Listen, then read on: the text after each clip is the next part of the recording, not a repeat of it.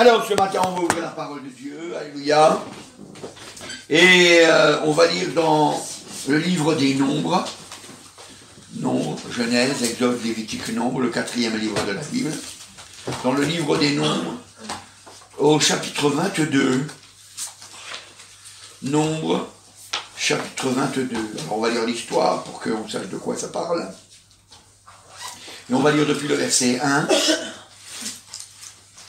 Nombre, chapitre 22, et on va lire depuis le verset 1.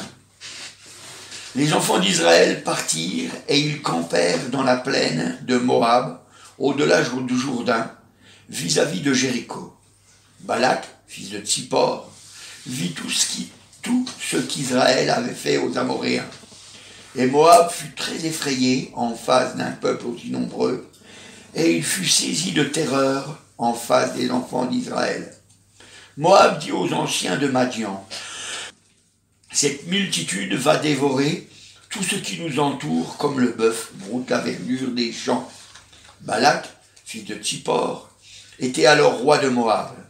Il envoya des messagers auprès de Balaam, fils de Béor, à Pétor, sur le fleuve, dans le pays des fils de son peuple, afin de l'appeler et de lui dire, « Voici un peuple est sorti d'Égypte.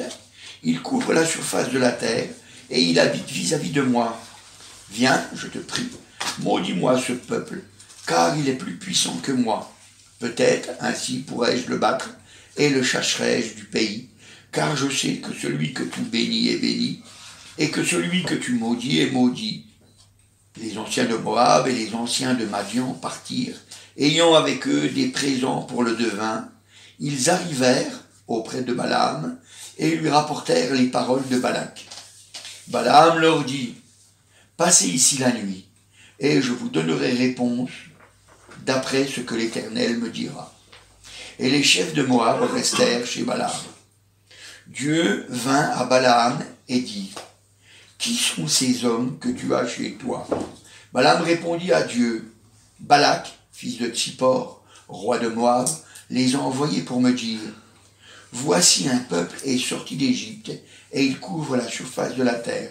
Viens donc, maudis-le, peut-être ainsi pourrais-je le combattre, et le chasserai-je. » Dieu dit à Balaam, « Tu n'iras point avec eux, et tu ne maudiras point ce peuple, car il est béni. » Balaam se leva le matin, et il dit au chef de Balak, « Allez dans votre pays, car l'Éternel refuse de me laisser aller avec vous. » Et les princes de Moab se levèrent, retournèrent auprès de Balak et dirent, « Balaam a refusé de venir avec nous. » Balak envoya de nouveau des chefs en plus grand nombre et plus considérables que les précédents.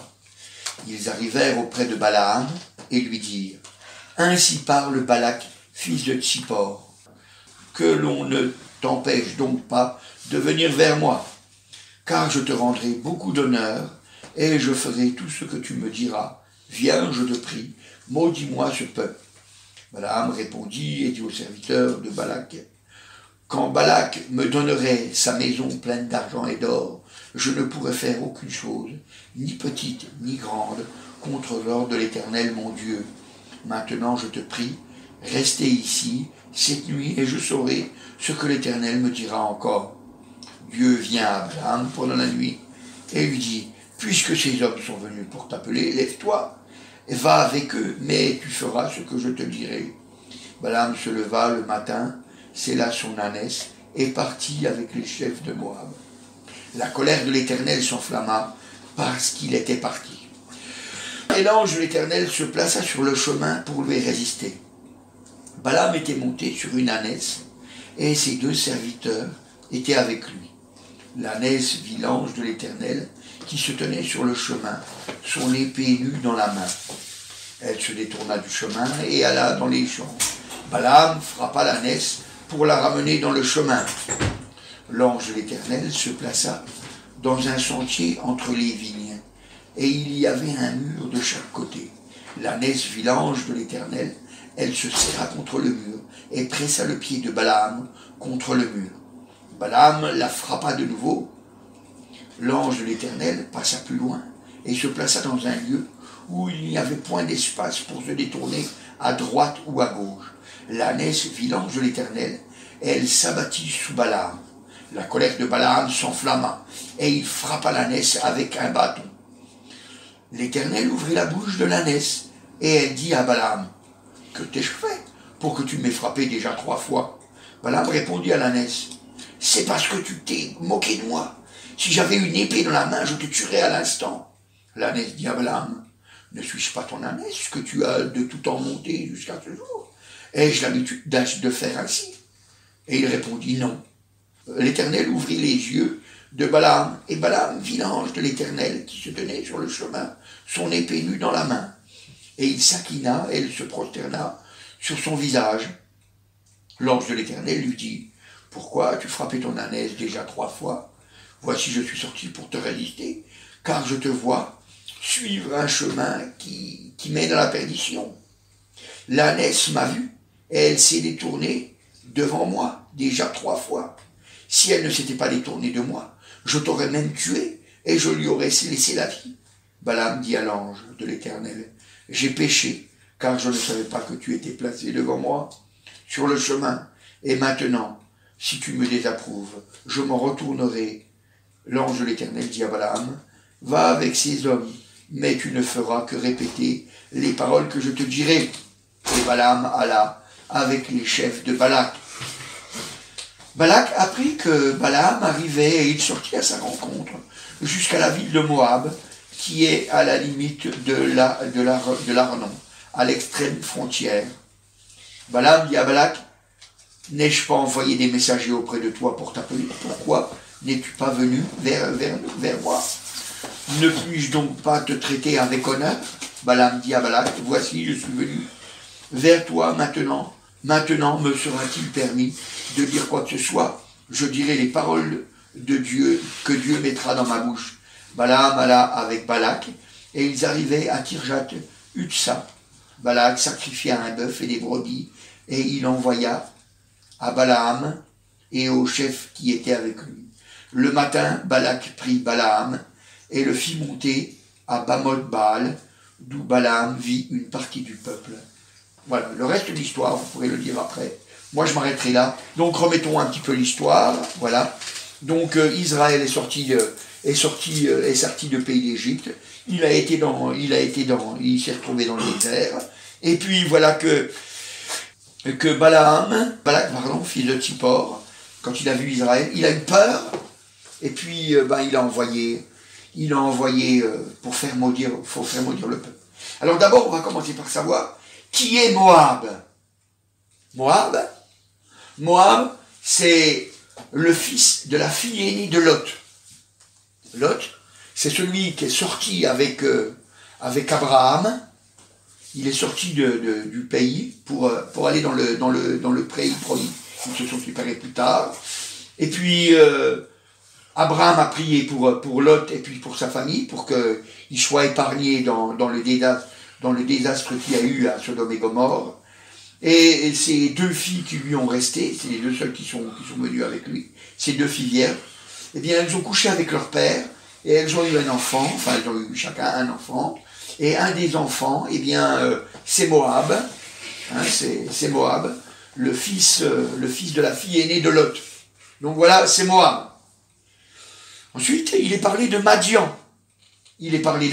Madian, qui est Madian? Madian, c'est le fils de la femme d'Abraham. C'est-à-dire qu'une fois que Abraham, sa femme est morte, eh bien, à ce moment-là, il a pris une nouvelle femme qui s'appelait Kétura. Et il a eu des enfants avec. Et ces enfants ont eu d'autres enfants. C'est la descendance donc de cette femme. Donc c'est la descendance d'Abraham. Et c'est ça qui a donné, c'est sa descendance qui a donné Madian. Alors maintenant, pourquoi est-ce que je dis ça? Pourquoi est-ce que je parle de Moab et de Madian? Alors déjà, je vous parle de Moab et de Madian, parce que d'abord le texte en parle, mais c'est aussi pour que vous ne fassiez pas comme Moab et Madian, pour que vous vous tourniez vraiment vers le Dieu véritable et que vous marchiez selon ses lois. Madian et Moab, c'était des croyants. C'était des croyants. Quant Moab, eh bien, c'est la descendance donc de Lot. Donc Lot était sorti, il savait comment ça se passait. Il connaissait la loi de Dieu. Parce qu'il a marché avec Abraham. Il savait comment Abraham vivait. Il connaissait Dieu. Il a fait des expériences avec Dieu. Il a vécu des choses avec Dieu. Il a même pris des positions pour sortir du pays dans lequel il était, pour abandonner les idoles, pour marcher avec Abraham. Il connaissait Dieu. Kétura était la femme d'Abraham. Donc il connaissait les choses de Dieu. Elle savait comment ça marchait. Elle a dû sûrement l'annoncer à ses enfants et à ses petits-enfants. Donc ce sont des croyants. Ce sont des croyants. Et c'est très important de comprendre cette chose-là. Pourquoi? Parce que la suite de l'histoire nous montre l'importance de savoir que ce sont les croyants. Dans Nombre au chapitre 6 et au verset 22, alors il est marqué « Viens, je te prie, maudis-moi ce peuple, car il est plus puissant que moi. Peut-être ainsi pourrais-je le battre et le chasserai-je du pays, car je sais que celui que tu bénis est béni et que celui que tu maudis est maudit. » Alors il est marqué, précisément, il est dit « Maudis-moi ce peuple, car il est plus puissant que moi. Peut-être alors, peut-être ainsi, pourrais-je le battre. » 22,6. Hein? Donc il lui dit, maudis-moi ce peuple. Alors peut-être ainsi pourrais-je le battre. Peut-être ainsi pourrais-je le battre. Vous voyez, c'est des croyants. Ils savent qu'ils ne peuvent avoir la victoire, pas contre les gens qui marchent avec Dieu, mais que contre des gens qui ne marchent pas avec Dieu. Alors à nous, ça nous parle. À nous, ça nous parle. Parce que ça nous rappelle que le péché, ça nous empêche d'être bénis. Ça nous empêche d'être bénis. Vous savez, quand l'histoire de Akan, je ne sais pas si vous vous rappelez, cette histoire de Akan, avec Josué, quand ils sont allés pour prendre Jéricho, Akan, alors qu'est-ce qu'il a fait, Akan? Eh bien, Akan, il a pris quoi? Il a pris un peu d'or, et puis, qu'est-ce qu'il a fait? Eh bien, il a pris ces choses-là, et puis, il les a cachées dans sa tente. Et il a désobéi. Il a désobéi. Et la Bible, elle nous donne un détail, elle nous dit dans Josué, au chapitre 7, donc c'est après, hein, donc il y a eu des morts hein, suite à ça. Voilà, au verset 10, chapitre 7 et au verset 10, il est marqué, « L'Éternel dit à Josué, lève-toi, pourquoi restes-tu ainsi couché sur ton visage? Israël a péché, ils ont transgressé mon alliance que je leur avais prescrite, ils ont pris des choses dévouées par interdit, ils les ont dérobées, ils ont menti, ils les ont cachées parmi leurs bagages. Ainsi les enfants d'Israël ne peuvent-ils résister à leurs ennemis? Ils tourneront leur dos devant leurs ennemis, car ils sont interdits. Je ne serai plus avec vous si vous ne détruisez pas l'interdit du milieu de vous. Vous voyez? Alors, il dit à Josué, il dit voilà, parce qu'il y a le péché, il y a l'interdit hein, dans ta vie. C'était pas Josué pourtant qui avait péché, mais c'était Akan. Eh bien, la bénédiction, vous ne pouvez plus résister, vous ne pouvez plus être vainqueur sur vos ennemis. Ça fait que le péché nous empêche d'être vainqueurs. Le péché nous empêche d'être vainqueurs. Nous empêche à ce que Dieu nous bénisse. Quand on revient dans notre histoire, eh bien on voit qu'il dit, viens je te prie, maudis-moi ce peuple, hein, dans Nombre au chapitre 22 et au verset 6, il dit, car il a plus de temps. Peut-être ainsi pourrais-je le battre. Peut-être ainsi pourrais-je le battre. Et vous voyez, si on revient dans Nombre 22 et qu'on regarde le dernier verset du chapitre 22 au verset 41, il est marqué, le matin Balak prit Balaam et le fit monter à Barmoth Baal, d'où Balak vit une partie du peuple. Il vit une partie du peuple. Vous voyez, c'est comme Josué. Il y en avait un qui avait péché. Une partie du peuple. Une partie du peuple. Une partie du peuple qui avait péché. Et puis la malédiction, elle est venue. la malédiction, elle est venue. Alors, lui, c'est pareil. Il lui faisait voir une partie du peuple, puisqu'il disait peut-être que par là, il y aura suffisamment de pécheurs, et puis la malédiction, elle viendra. Parce que je vais être vainqueur sur eux. C'est l'œuvre du diable. C'est l'œuvre du diable qui a agissant. Un petit peu de péché, un péché, pour détruire l'ensemble. Vous savez, vous regardez dans la Genèse, au chapitre 3, on voit que le diable, qu'est-ce qu'il a fait? Il s'est adressé à la femme. Il s'est adressé à la femme. Et puis, une fois que la femme a eu péché, eh bien, à ce moment-là, eh bien, le diable, il a pu s'attaquer à l'homme. Mais il ne s'y est pas attaqué de front. C'est la femme qui a parlé. C'est-à-dire, c'est la femme qui a donné le fruit. Qui a donné le fruit à l'homme. Et l'homme a péché. Et l'homme a péché. C'est-à-dire, il y a eu un péché, mais grâce à ce péché-là, ça a permis de faire pécher tout le monde. Et ça fait que ça nous a atteint, même nous, 6000 ans après. Même nous, 6000 ans après, ça nous a atteint. Ça nous a atteint. Et c'est pour ça qu'il a fallu que Jésus vienne pour rompre, pour couper, pour que ça change. Pour que ça change. Vous voyez, ce passage, eh bien, il nous montre qu'il faut qu'on ait un cœur droit. Il nous montre qu'on doit avoir un cœur droit, un cœur qui cherche la vérité. Vous voyez, c'est important, c'est important. Moab et Madian, ce sont des croyants.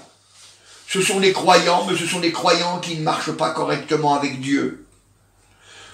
Comme Lot ne marchait pas correctement avec Dieu. Pourtant, la Bible elle nous dit que Lot, il tourmentait son âme. Chaque jour, il tourmentait son âme. Mais ça n'a rien changé. Ça n'a rien changé. Parce que vous voyez, c'est pas le tout de tourmenter son âme. À un moment donné, il faut agir. On doit faire ce qu'il y a à faire. On doit faire ce qu'il y a à faire. Vous savez, c'est pour ça que le Seigneur, il nous dit que c'est ceux qui confessent de la bouche, donc ça veut dire c'est ceux qui témoignent, hein, c'est ceux qui témoignent qui sont sauvés. On parvient à la justice parce qu'on croit, mais on n'est pas sauvé. Hein, c'est dans Romains au chapitre 10, à partir du verset 10, vous pouvez lire. Hein, c'est seulement en confession de la bouche qu'on parvient au salut. Donc ça veut dire qu'à un moment donné, on doit prendre position, on doit montrer à qui on appartient. On doit montrer à qui on appartient. La Bible nous dit dans Proverbe au chapitre 26, Proverbe chapitre 26, Proverbe chapitre 26, et au verset 2, Proverbe chapitre 26 et au verset 2, il est marqué « Comme l'oiseau s'échappe, comme l'hirondelle s'envole, ainsi la malédiction sans cause n'a point d'effet. » La malédiction sans cause n'a point d'effet. S'il n'y a pas de péché dans ta vie, tu ne peux pas être maudit. Si tu n'as pas de péché dans ta vie, tu ne peux pas être maudit. Et si tu as des péchés dans ta vie, viens vite au Seigneur Jésus pour en être délivré. Prends vite des positions pour que ta vie, elle change. Prends vite des positions pour que ta vie, elle change. C'est important. Le diable, il va regarder sur des petites choses. Vous savez, sur des petites choses. Des petites choses pour voir, vous savez, un petit péché qu'on n'a pas amené au Seigneur. Un petit péché qu'on n'a pas amené au Seigneur. Un petit mensonge. Un petit péché, quoi.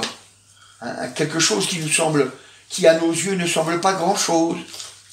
Mais ce qui ne semble pas être grand-chose, ça permet au diable d'avoir prise. Parce que le péché, ça lui appartient. Ça lui appartient. Et dès qu'on prend le péché dans notre vie, alors on est esclave. On est esclave du péché. Donc c'est-à-dire qu'on est soumis au diable. C'est ça que ça veut dire, vous savez, quand on fait un péché. Ça veut dire qu'on est soumis au diable. On est soumis au diable. C'est pour ça que même les péchés qui nous semblent petits, on doit les confesser. Et on doit résister pour ne pas recommencer. C'est pour ça qu'on vient auprès du Seigneur et on lui demande de nous aider pour ne pas recommencer. Parce qu'on ne veut pas recommencer. Vous voyez? C'est important. C'est important. C'est pour ça que la Bible, elle nous dit, regardez voir, dans Proverbe encore, au chapitre 4, Proverbe chapitre 4, voilà, Proverbe chapitre 4, et au verset 23, garde ton cœur plus que toute autre chose, car de lui viennent les sources de la vie. Alléluia. Garde ton cœur plus qu'autre chose. C'est pour ça que le Seigneur, il dit qu'il a la porte de notre cœur, et il frappe. Il frappe pour savoir si on va ouvrir. Et si jamais on ouvre, c'est pour que ce soit propre à l'intérieur, pour que le péché s'en aille. Pour que le péché s'en aille. C'est important. Qui est ce Balaam? Qui est ce Balaam? Ben, la Bible dit que Balaam, Balaam, c'était un serviteur de Dieu. C'était un prophète. C'était quelqu'un qui marchait avec Dieu. C'était quelqu'un qui marchait avec Dieu. Mais voyez-vous, Dieu le bénissait. Dieu répondait à ses prières. Mais, voyez, il ne gardait pas son cœur quand même, Balaam. Il ne gardait pas son cœur, Balaam. Pourquoi est-ce que je dis qu'il ne gardait pas son cœur? Si jamais on revient dans Nombre, au chapitre 22, qu'est-ce qu'on voit? On voit que Balaam, quand il a reçu les envoyés de Balak, alors, qu'est-ce qu'il est marqué? Au chapitre 22, au verset 9. Dieu va à Balaam et lui dit, qui sont ces hommes qui sont chez toi? Balaam répondit à Dieu, Balak, etc., etc., etc. Et puis, après, un petit peu plus loin, Dieu dit, au verset 12, Dieu dit à Balaam, tu n'iras point avec eux. Tu ne maudiras point ce peuple. Tu n'iras point avec eux. Dieu est très clair. Dieu est très clair. Il dit, tu n'iras point. Dieu, il est très clair. Il lui dit les choses comme il faut pour que Balaam reste dans le bon chemin. Et plus loin, on voit au verset 15, Balak envoya de nouveau des chefs en plus grand nombre et plus considérable. Et puis on voit un petit peu plus loin, Balaam, alors au début il est bien disposé, au verset 18, Balaam répondit au serviteur, quand Balak me donnerait sa maison pleine d'argent et d'or, je ne pourrais rien faire, ni grand ni peut-être, contre l'ordre de l'Éternel. Et pourtant au verset 19, il dit, maintenant je vous prie, restez ici cette nuit, et je saurai ce que l'Éternel me dira encore. Il savait que Dieu, il était contre. Il le savait. Mais, comme ils avaient envoyé en plus grand nombre des gens pour l'honorer, avec des personnages plus importants, avec plus de cadeaux, alors, Balaam, il ne gardait pas son cœur. Alors, Balaam, qu'est-ce qu'il a fait? Balaam, qu'est-ce qu'il a fait? Eh bien, il est allé vers Dieu. Et puis Dieu, il lui a dit quoi? Il dit, vas-y. Vas-y. Vous savez, c'est comme Élisée, vous savez, quand Élisée, il a vu Élie partir dans la gloire, dans un char de feu, et puis qu'il a traversé la rivière en frappant la rivière, en frappant donc le Jourdain, et il a traversé la rivière, et de l'autre côté, les prophètes sont venus, les fils des prophètes, ils sont venus, puis ils ont dit, veux-tu que nous allions chercher ton maître? Veux-tu que nous allions chercher Élie? Puis il a dit, n'y allez pas. Et puis ils ont insisté, n'y allez pas.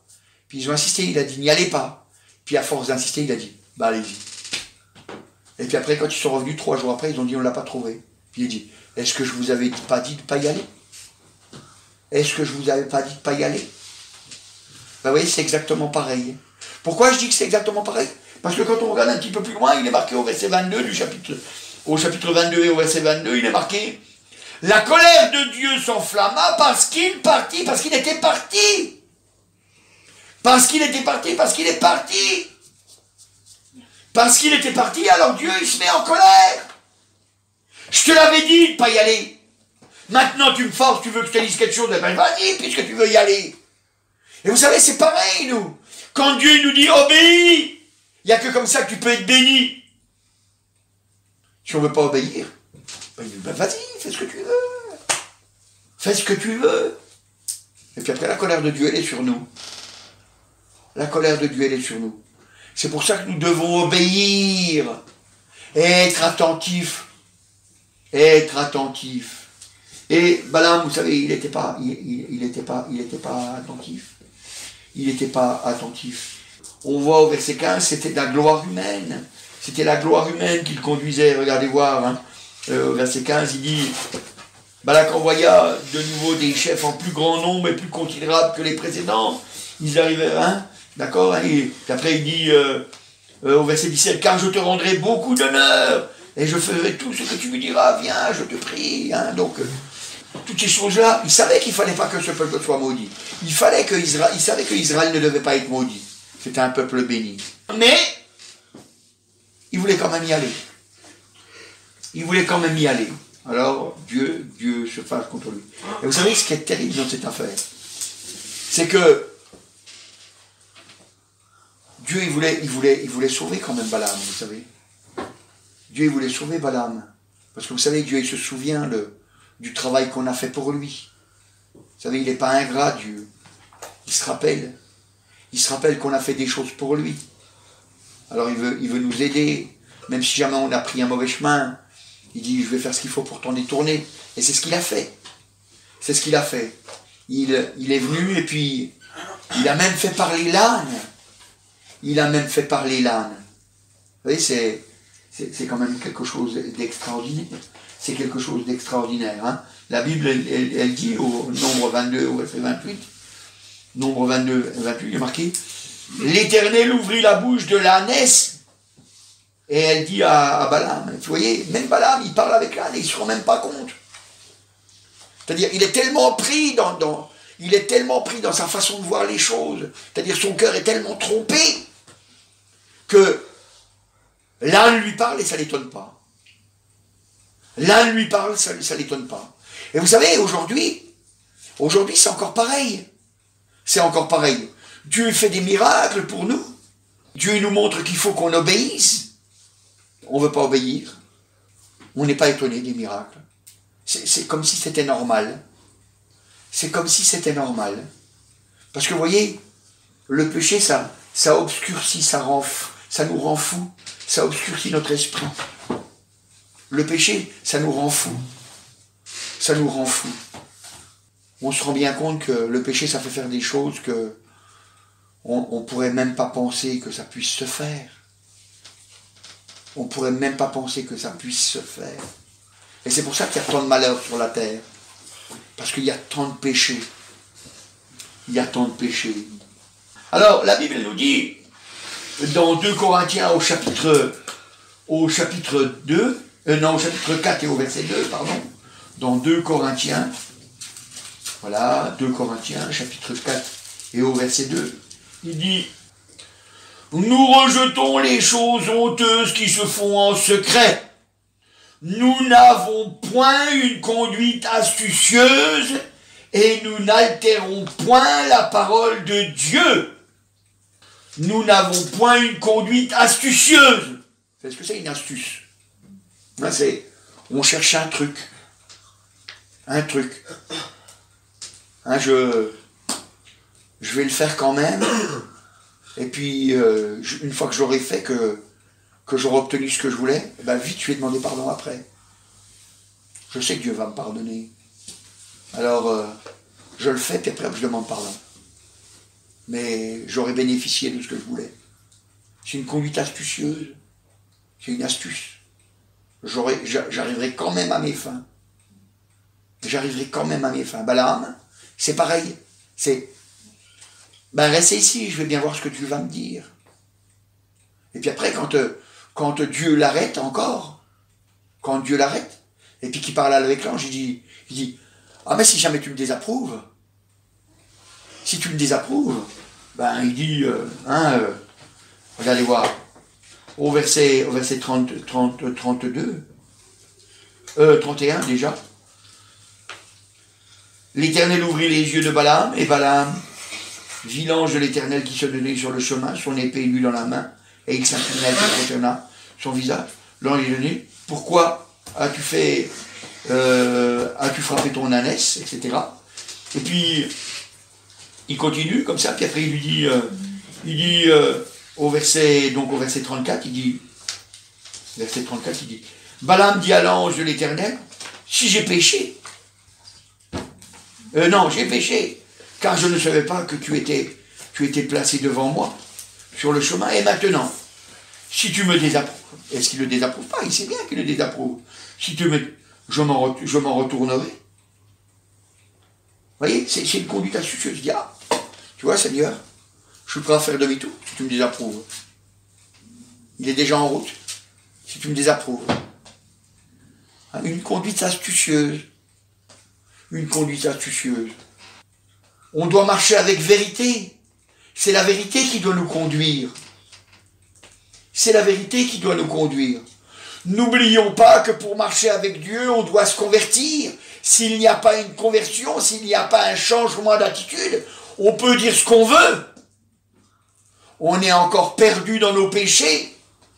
C'est la conversion qui montre vraiment que nous sommes devenus enfants de Dieu, que nous sommes frères, sœurs de Jésus. S'il n'y a pas de conversion, s'il n'y a pas un véritable changement avec un regret profond, c'est-à-dire je ne veux plus recommencer, alors il n'y a pas de conversion. C'est une astuce.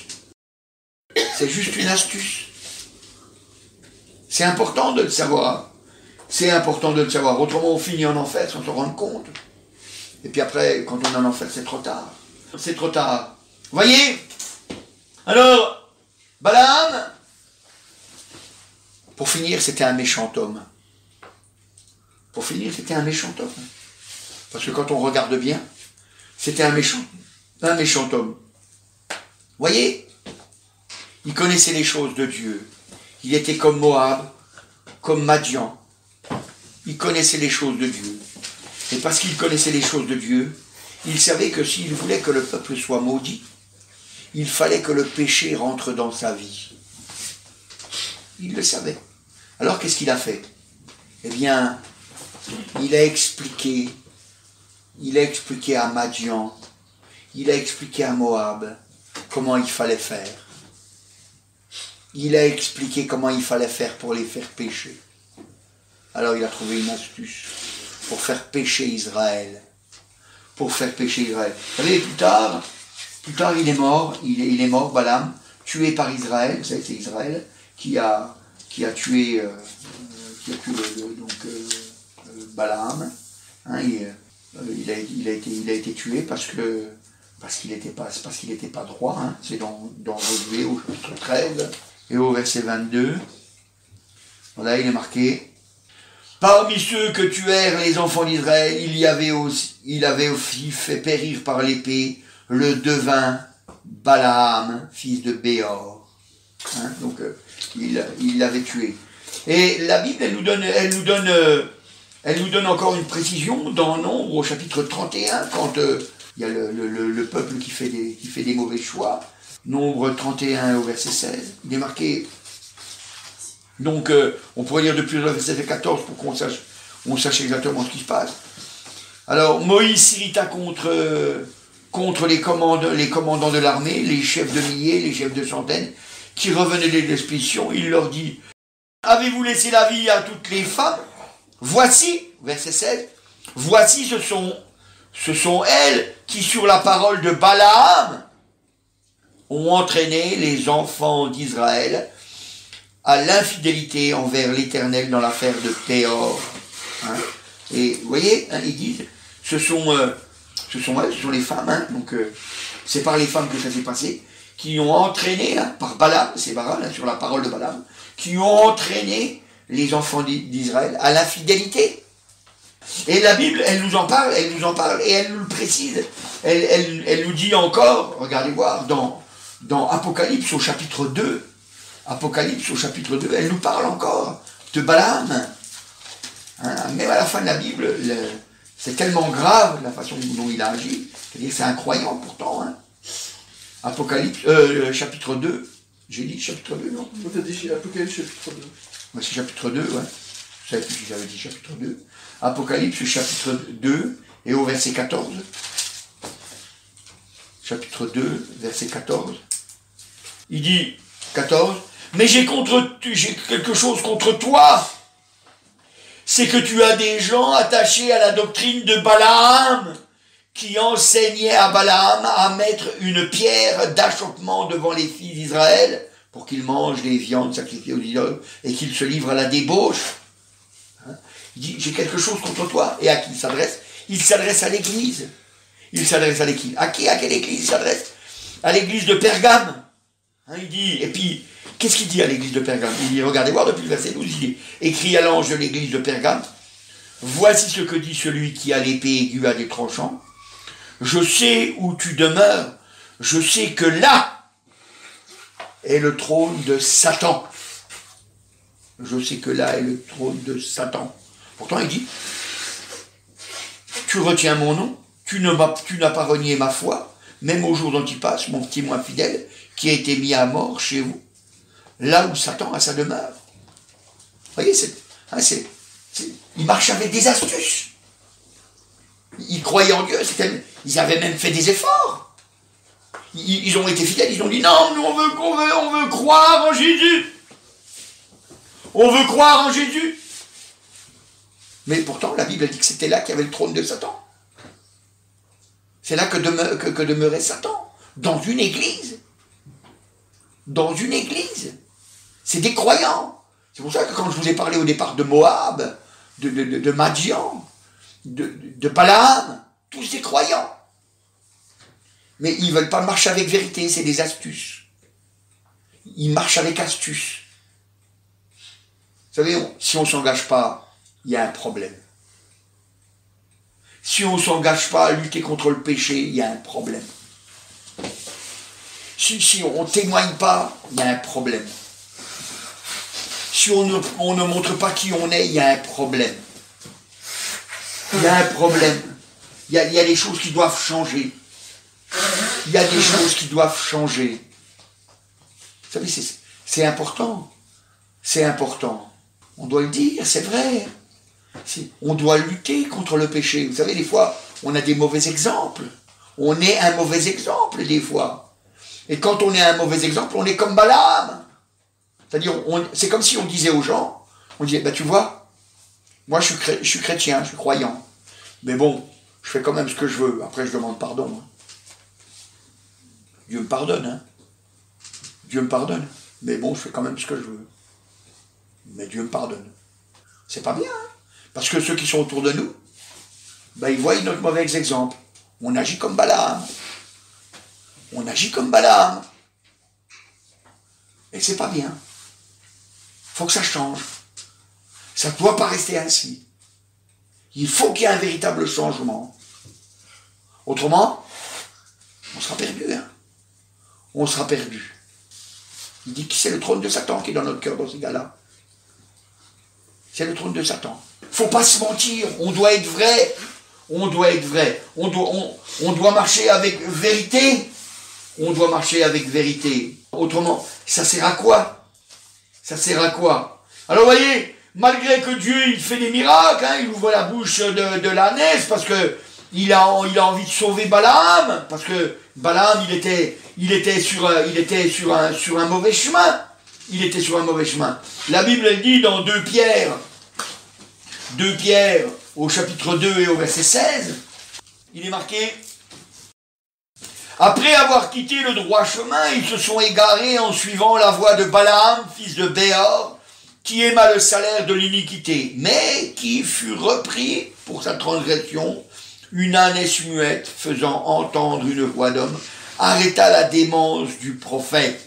Donc il dit que, voilà, donc ils se sont égarés, en prenant le chemin de Balaam, mais il donne une précision, il dit comme ça, il dit, mais il fut repris pour sa transgression. Une ânesse muette faisait entendre une voix d'homme. Arrêta la démence du prophète. Ça a arrêté la démence. Hein, parce qu'il était faux, quoi. Il était fou. Il était tellement fou qu'il parlait même avec son ânesse sans se rendre compte qu'il parlait avec un âne. Et ça a arrêté sa démence. D'un seul coup, il s'est dit, ah oui. Ah oui. Et puis quand il est arrivé là-bas, ben, c'est vrai qu'il n'a pas... C'est vrai que quand vous regardez, il n'a pas maudit le peuple d'Israël. Hein. Il n'a pas maudit le peuple d'Israël. Ça l'a arrêté dans sa démence. Mais il a enseigné, il a enseigné à Moab et à Madian comment faire. Comment faire. Moi je peux pas les maudire. Mais je vais te donner l'astuce. Je vais te dire ce qu'il faut faire pour qu'ils soient maudits. Pour que la malédiction puisse venir sur eux. Je vais te le dire comment il faut faire. Et c'est ce qui s'est passé. C'est ce qui s'est passé. Donc c'est-à-dire ça l'a arrêté dans sa démence, mais après il a repris. Parce qu'il n'a pas eu un véritable changement dans sa vie. Il n'y a pas eu une véritable transformation dans son cœur. Ça n'a pas été une décision ferme. Je ne veux plus pécher. Je ne veux plus faire autrement que faire la volonté de Dieu. C'était pas une vraie décision. C'était pas une vraie décision.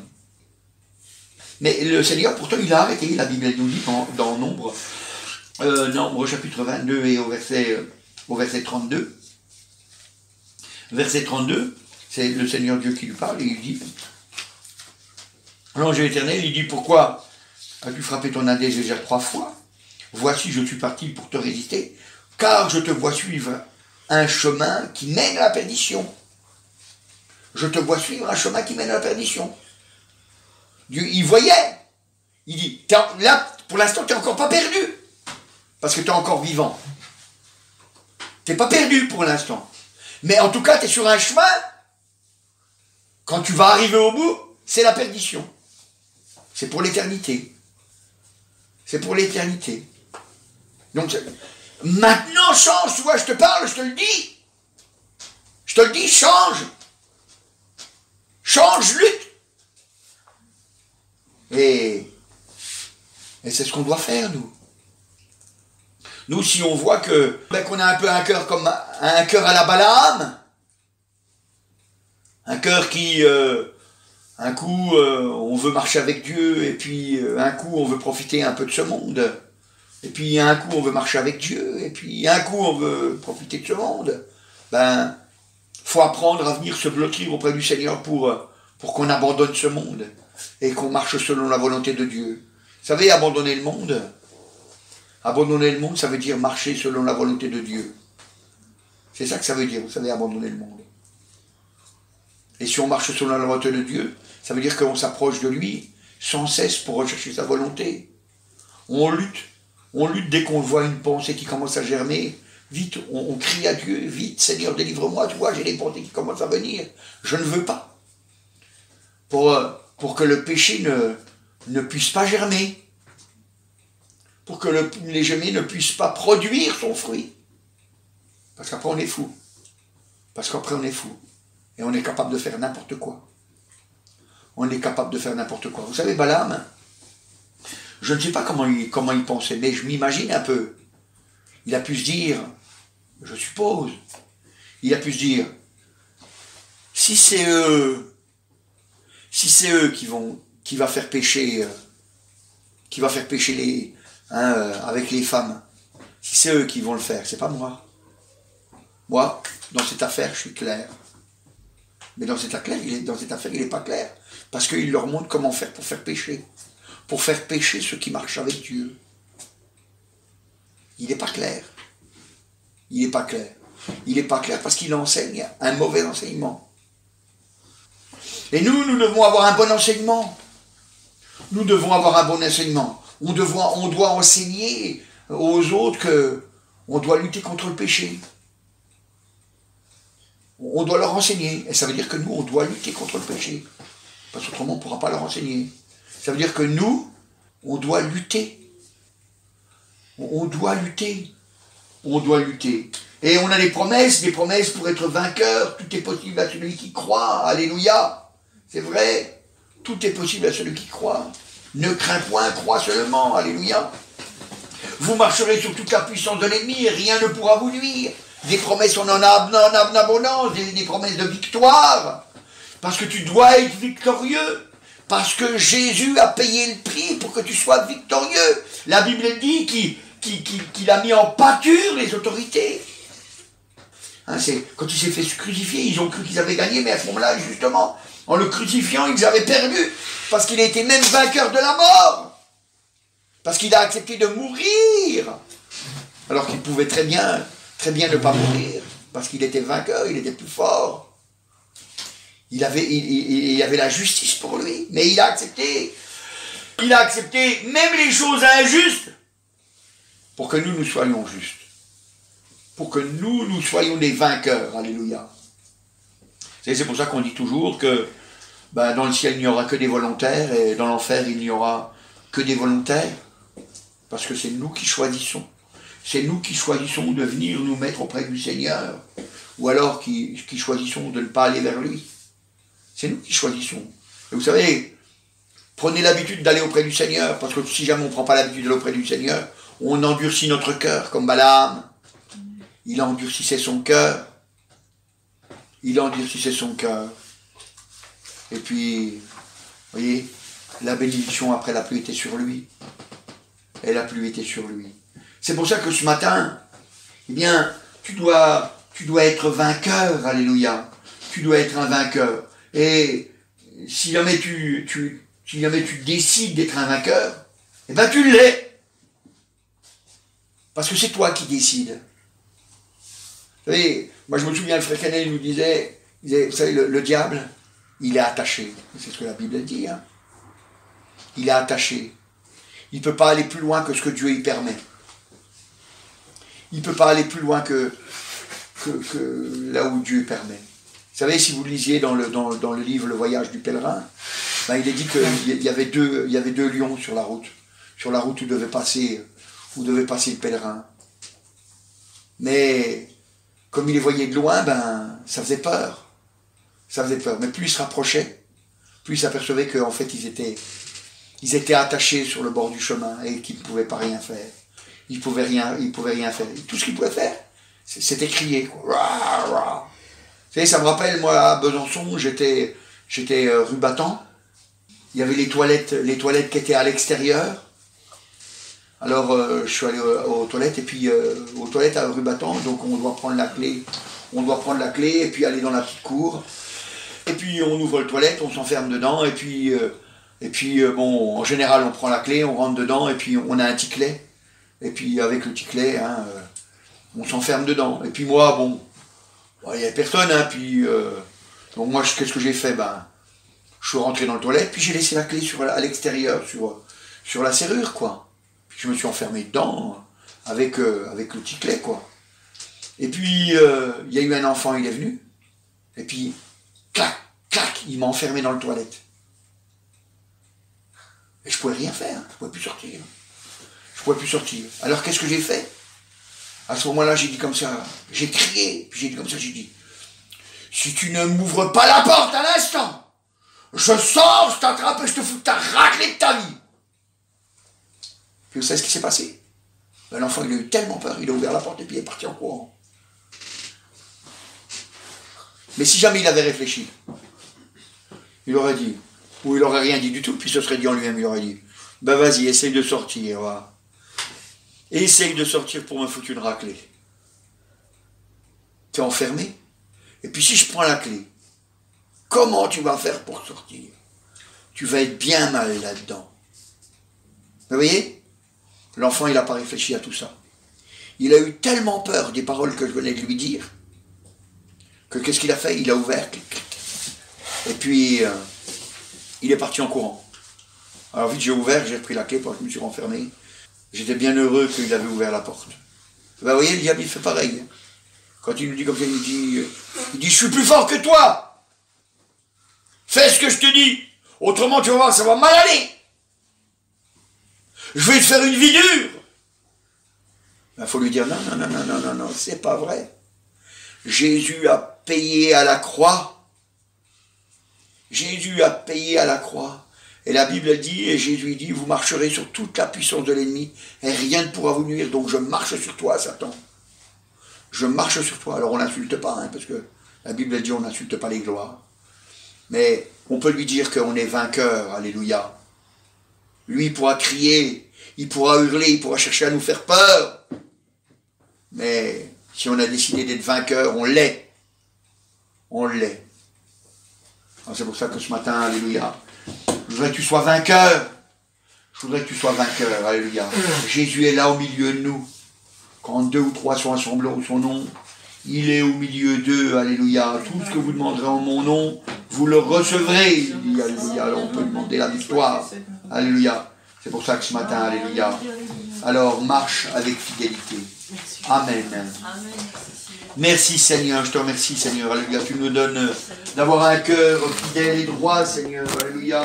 C'est pour ça, Seigneur, nous nous tournons vers toi, Seigneur, pour que tu nous aides à garder notre cœur fidèle, Seigneur. Merci.